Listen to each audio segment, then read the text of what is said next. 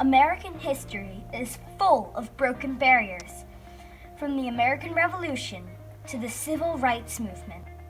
But at the time, all our leaders were fighting for equal rights for most of the community.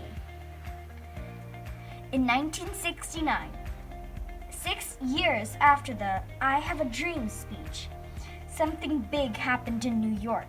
Something to show that these people were here to stay. Something big. More often than not, the Stonewall Riots are overlooked in almost every way imaginable. The message that this event sends us is important, but yet some revert to old ways, how it was before that fateful day. Anyway, my thesis. During the Stonewall Riots, the brave LGBTQ community fought back against police brutality and started down the road to equality. On a late June night in 1969, New York streets were flooded with people fighting for their rights. This uprising blasted the closet door wide open and broke through the enormous psychological barrier looming over the LGBTQ community. This big event was a giant step in the gay rights movement. But why do some wonder why everything is rainbow in New York? And why do most still give one of the greatest compliments and mean it as an insult? You're so gay.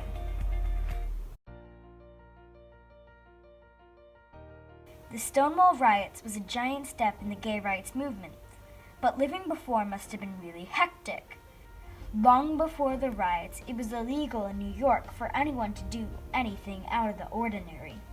Officers would try to trick the LGBTQ community into acting their sexuality. For example, a boy undercover officer would go to a suspect and ask to hold hands or even kiss. The way the LGBTQs were treated was horrendous, and it was hard to trust anyone. So, bars opened around the city that LGBTQs went to feel themselves.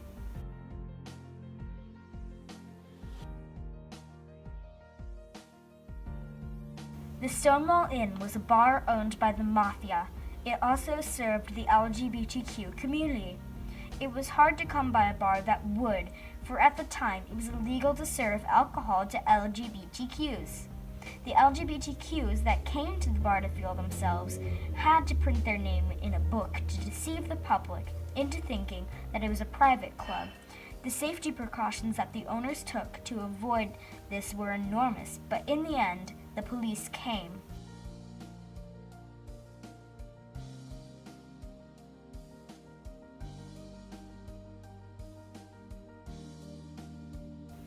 June 28th, 1969.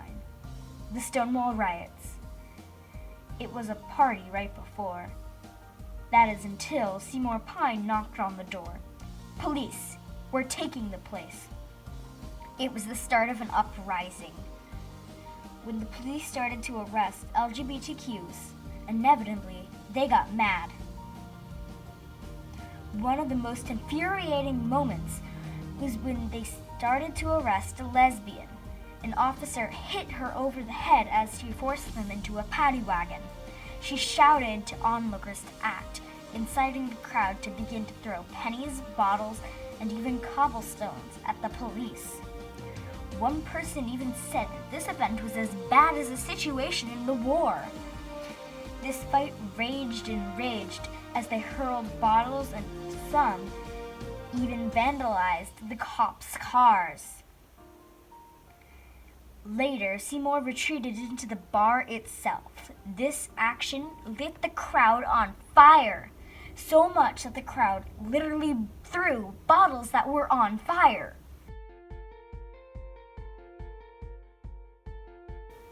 The battle raged into the night, but gay bars have been raided in the past, but this one was the most significant.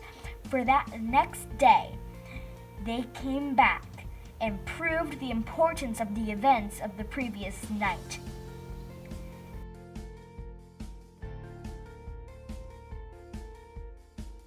The Pride March is a big deal every year. It started small, then started to grow. New York's streets are decorated with rainbows. Each color stands for something different. Red stands for life. Orange is for healing. Yellow is sunlight. Green is nature. Blue is harmony. Finally, violet is spirit. These words are the words of the wise LGBTQ community who are reminding us to be strong.